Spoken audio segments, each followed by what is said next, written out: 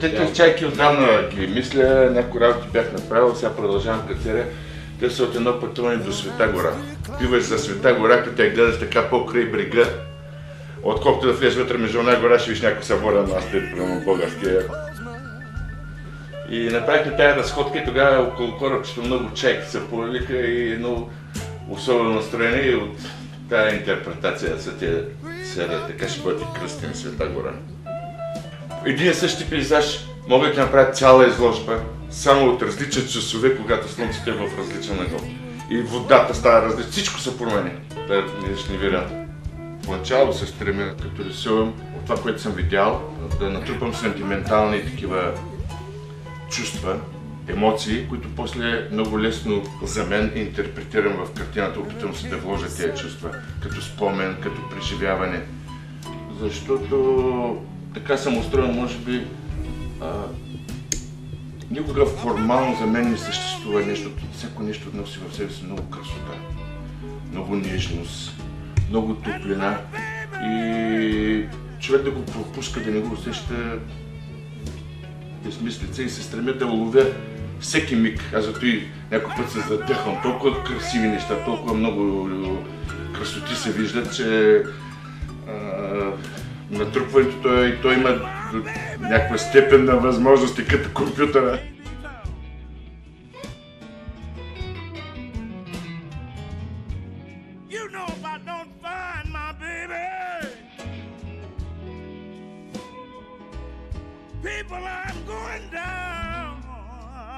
Поначало работя винаги по 10 картини едновременно за дълъг период от време, защото примерно ако работя половин-един час и ме държи това чувство, в момента в който усещам, че почва да го изтървавам, веднага спирам картината, за да не се изхъби, да не се проиграе, защото много често, ако го наричам самия жест на рисуването, ако го наричам занаят, човек може да се улиса и да почне механично да работи, то тогава вече не е картина, тогава вече няма чувство.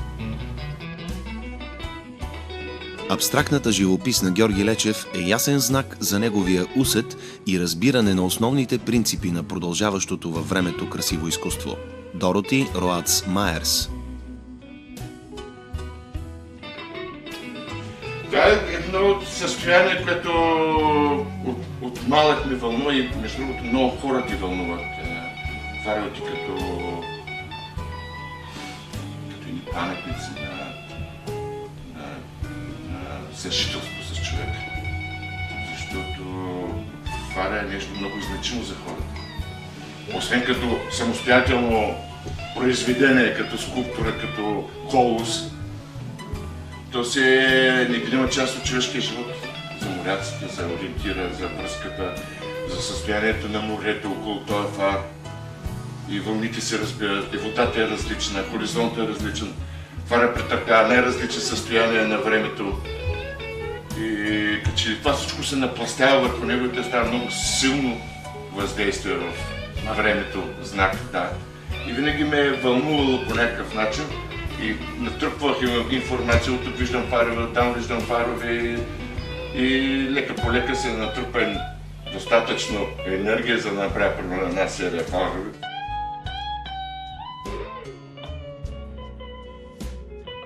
Като че ли нашия живот наистина мина едно безкрайно движение. В мига, в който се родим, започнем да се движим.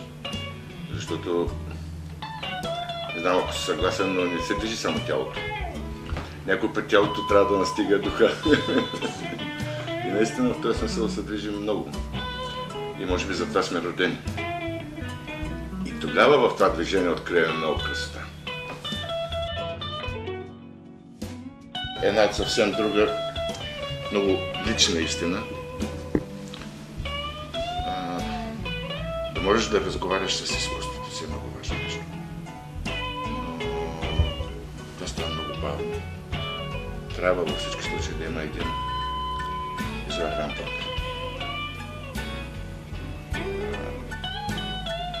Да знаеш какво търсиш, да не се отдадеш изцяло, защото, както казваме, изкуството е най-ревнивата любовница. Не търпи никакво разсеиване и така да изкръскаш някъде, не става номера. И когато много се отдадеш и много си потънал в това изкуство, изведнъж то ти вярва и се отваря пред теб и почва да разговаря. И тогава става истинската магия, истинската красота, когато започне диалога между това, което правиш и самия теб. Това е нещо много магично и много красиво. Но, пак ти казвам, че за това художникът трябва много да отда от себе си. А за да отдадеш от себе си, трябва много да си иска от себе си.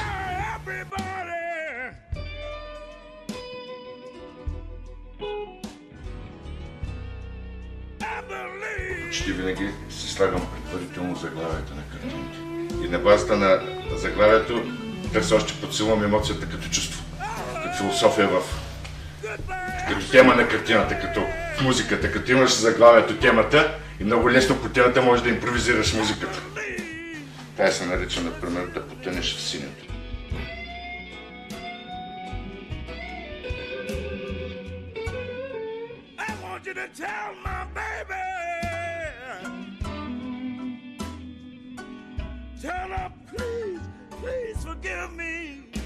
Тези нямат конкретни заглавия, те са просто натюрморти с червени цветя, така съм ги нарекал, 1, 2, 3. Много е важно художника да умее да се предизвиква. Някак си ми харесват художници, които се радват на това, което правят. И като хване едно и също нещо, и като се смята за гениален, и като рисува едно и също, лошо да ти стане. Когато си сложиш една тема, когато натрупаш едни чувства, тя ти подвежда темата, самите чувства в начина, по който ще направиш израза на цвета, на формата. И в този смисъл много често темата не кара да се променя даже и като стил художник. Но има художници, които постоянно променят себе си. За един Пикасо колко стилови има и колко теми по най-различен начин интерпретират. Ето ти добре една червена серия, приятели от червени цветя. Лечев обича джаз и особено Майлз Дейвис. Той рисува с душата си копнежа и радостта. Той рисува из цялото си тяло, с жестовете като удоволствие, удоволствието на пръстите при докосване на материята. Сам Греф. Много харесвам Пикасо. Любимият ми е Ван Гог. Гоя, Франциско Гоя. Даже интерпретирам нещо, което е казал Пикасо, че големите художници постоянно се мъчат да рисуват, а гениалните крадат. Какво значи да откраднеш? Трябва да имаш отворени сетива в себе си. И да чувстваш всичко, което става около теб и да можеш да го вземеш това, което светът ти е дал и да го интерпретираш в картините. Това е. Не можеш да бъдеш художник, ако нямаш сетива, ако нямаш чувства, ако нямаш отвореност към всичко, което се случва около теб, за да можеш да си избираш и да го взимаш.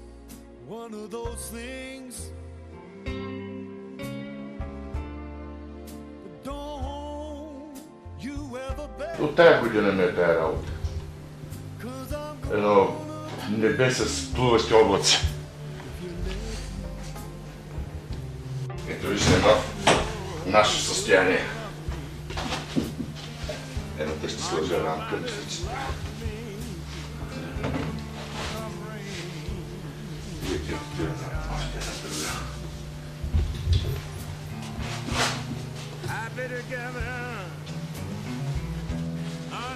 винаги, като рисувам натюрморти, дали са цветя и други предмети, винаги се стремя да ги ситуирам в някакво пространство. Да не са плоска среда, а винаги да можеш покрай цветеле или нещо друго да си ходиш и да си отиваш навътре и да се връщаш. И тази дълбочина да няма ограничение. И тази серия беше към 10-12 работи и рисите. Останаха само тези 3 и не ми се връща към. Изчерпал съм емоционално. А тук пък две спокойни състояния, които не си ги чувстваме, когато живеем покрай морето. Няма начин да не ги видиш. Един много хубав адренски пейзаж на залива. Аз лично много си го харесвам, защото е много пестлив. Много особено настроение. Всичко е замряло в някаква тишина, в някакво преспано спокойствие.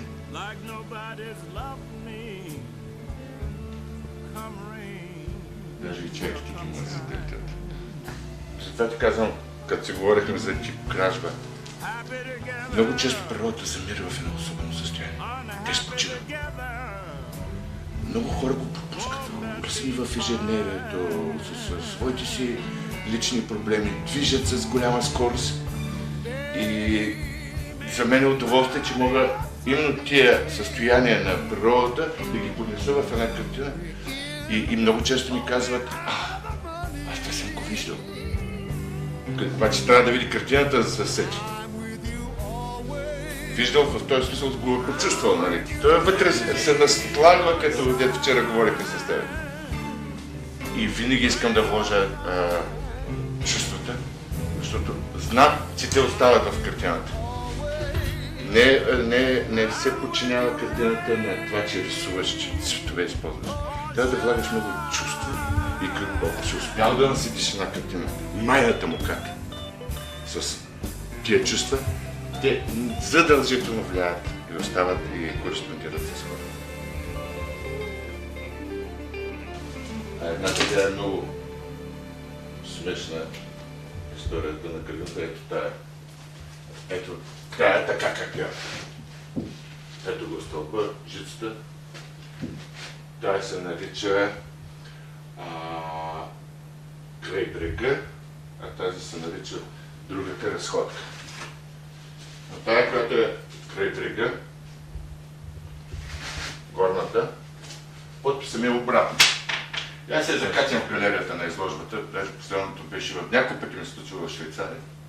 Изляза някъде, върна се, галеристката обърнала прас, подписа отдолу. Аз по едно нямаме кореспонденция. Връщам се, гледам кой е обърнал, прас обвърна Лечев отгоре. И така по 5-6 пъти, докато се разберем, че подписът е обърнат обратно, че не трябва да се пипа, че жиците трябва да се виждат така. Да, що е така, ме е хрумнало, да не знам. След като рисуването е неговата песен, която извира от дълбочината на цялата му същност, това означава, че този човек е надарен с особена драматичност, с чудесни възможности да пресъздава изключителния си начин на изразяване. Паскале Стокер. Аз се опитвам чрез натюрморта да внеса човешки състояния. И да смея да кажа, че в света от съвременните художници няма много, които да рисуват натюрморта, влагайки такава истина в една тема. Но защо не всеки си открива изразното средство, с което да сподели своята истинност за живота. Дали това е форма, дали е цвят, дали е, аз ще кажа една гадна дума, изтърка на пространство, защото като че някой да се говорят за пространство, пак ми става лошо. Самото пространството е вид свобода, да можеш да се движиш, да няма ограничение, да няма стена, може да е плътна, може да е прозрачна, може да е въздушна, но пространството е духа да може да се отива докъде си иска и да се връща. И в този смисъл използвам разстоянията, да не го наричам пространство. Разстоянията и в картините се опитвам винаги да се чувства дълбочината, да я наречем. Примерно това цвети, да можеш да се движиш около него. Това е тая магия, която ако успее човек да я внуши, значи е успял да осъществи този свободен дух.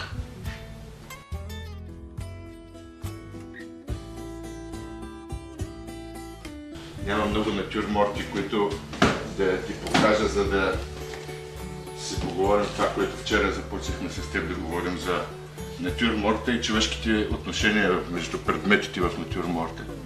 Ето тези ябълки, които излязаха първи от една серия. Преди бях рисувал ябълки, сега пак отведах една серия от кестени ябълки и сини сливи.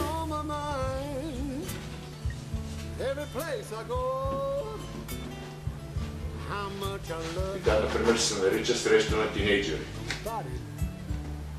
Защото еднакви са, заедно са, но всеки някакси сам стои и чака другите да му обърнат внимание. Не могат да осъществят директния си контакт на връзката помежду си. Уж виждаш, че са заедно, че са в групичка.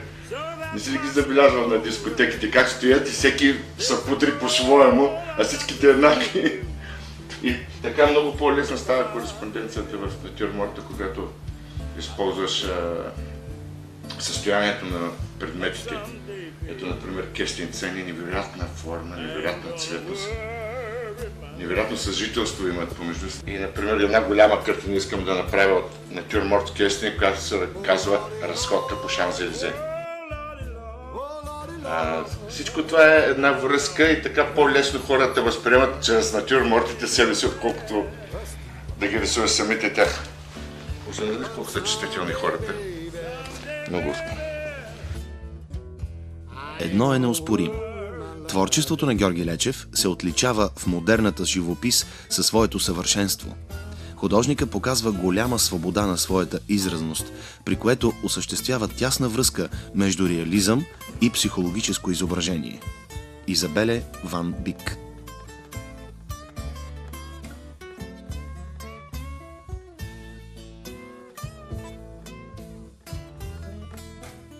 Човек трябва да се откри, пак ти казвам с много взискателност към самия себе си,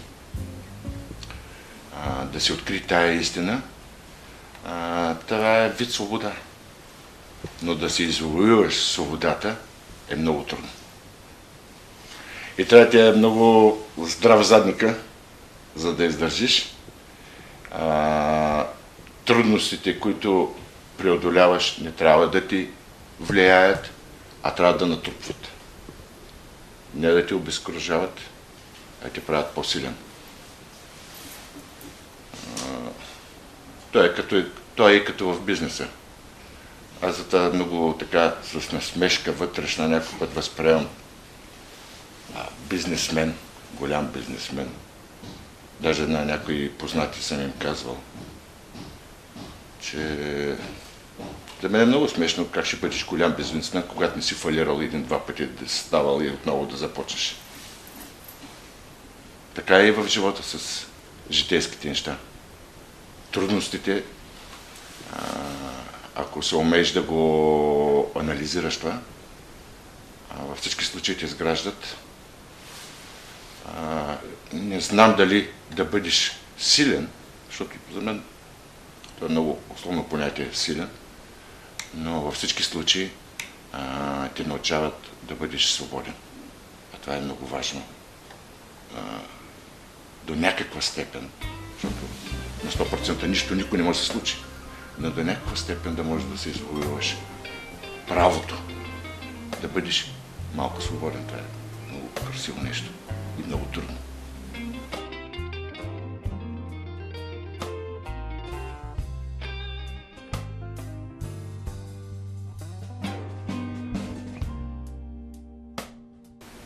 Тук ми са енергиите и много така свидно си ги пазя.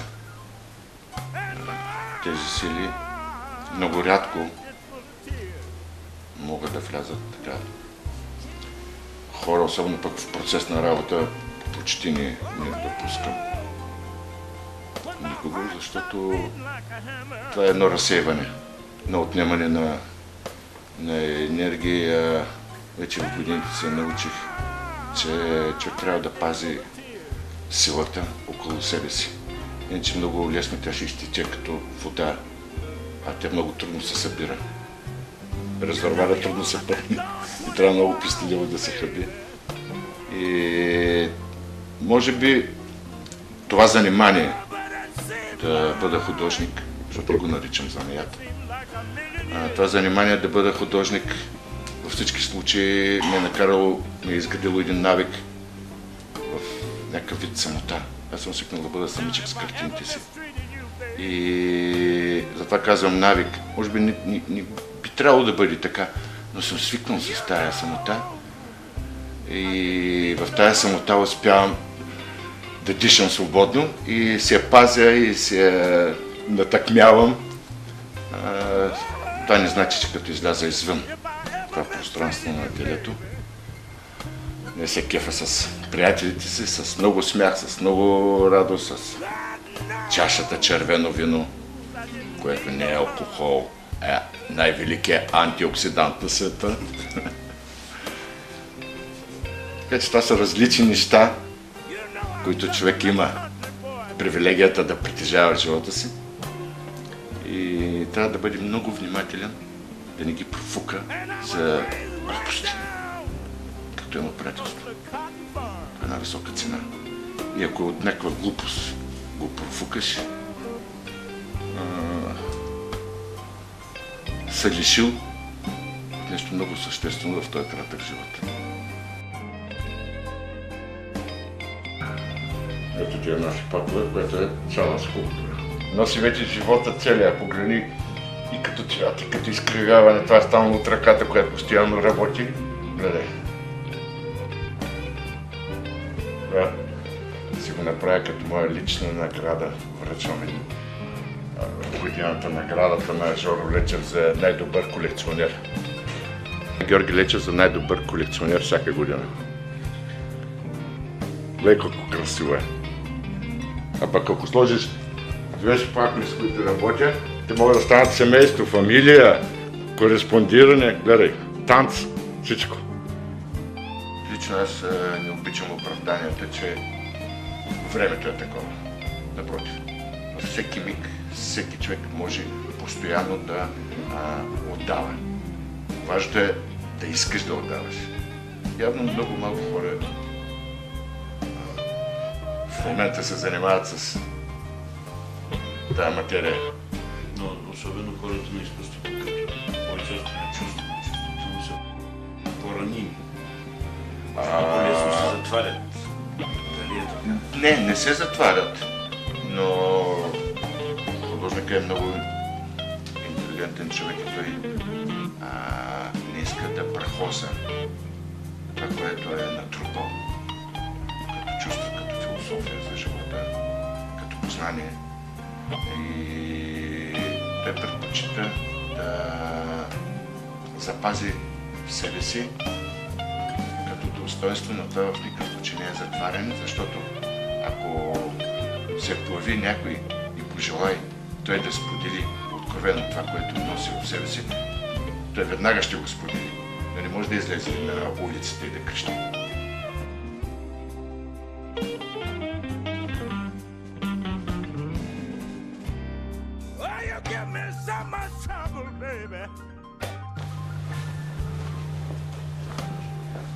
Този клюна много като проблем. Вечерна хармония в сино и зелено. 2006. Този каталог го показах от музея, който правих миналата година в Бат Стерен, където беше много голяма изложба, показах 120 картини, стоя от юли до октомври, 3 месеца горе-долу. Това е пътят. Това е мотото на мои всички изложби. Не вчера си говорихме с теб, че винаги слагам пътят на моите изложби, защото това е наистина всяка изложба е част от извървения път от художника.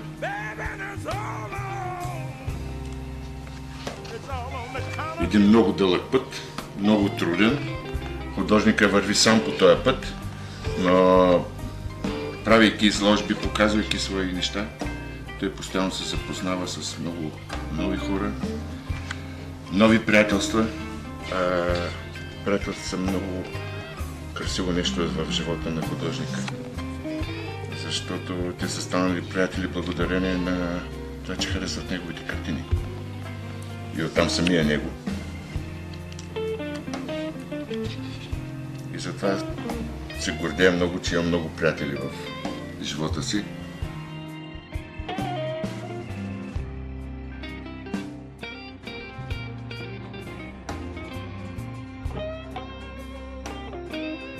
Аз съм оптимист в това, което става и в това, което ще се случва в бъдеще, защото ако има някакъв вакуум, който споделяме сега с теб в изкуството, това е съвсем нормално в развитието на човечеството. Всяка епоха си има своето движение по тази спирала, има си своите вакууми, своя разцвет. Възход и падение. Така, и важното е, пак ти казвам, да вървим по този път, защото представи си да ги няма тия картини. В какъв разцвет във времето напред аз ще мога да се включа, ако ги нямам тия картини. Така като ги имам, знаем, че някъде може да се намеря мястото в времето напред. Особено както сега виждаш, че всички големи и акционни къщи и така нататък вече няма какво да въртят. То се приключи с Пикасо, то се приключи с Миро, то се приключи с Шагал, с всичките, вече няма какво да въртят. Значи има този вакуум и след 15-20 години не ставаме стока, която трябва да почне да се върти. Не може да спре света. Трупва се планетата с художници, ще се селекционира всичко, ще останат някои, които хората ще ги харесват. Няма друга логика. Освен това, хората виждат един артист, казват, повече хора казват, той много ни е интересен. И така почват да го колекционират и музеите, почват да се занимават акционните къщи, когато се харесват картините.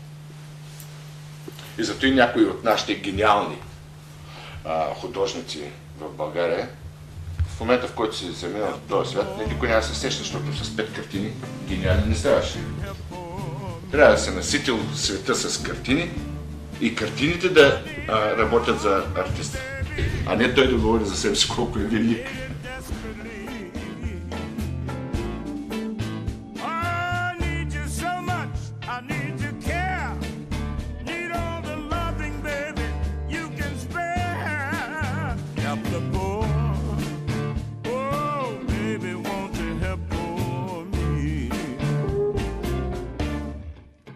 Say